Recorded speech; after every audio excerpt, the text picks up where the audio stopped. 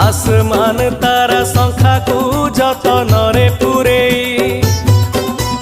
जेते कष्ट पछे पड़ुटी बाट चले आगेई सांताणी घर पिंडारे जाई बसी पड़िला आसमान तारा आनीची केते डाक छाड़िला डाक शुणी देई बहुटी धाई आसे पिंडा को आसु नाही आजी कहीं टेकी चाहे मुंड को।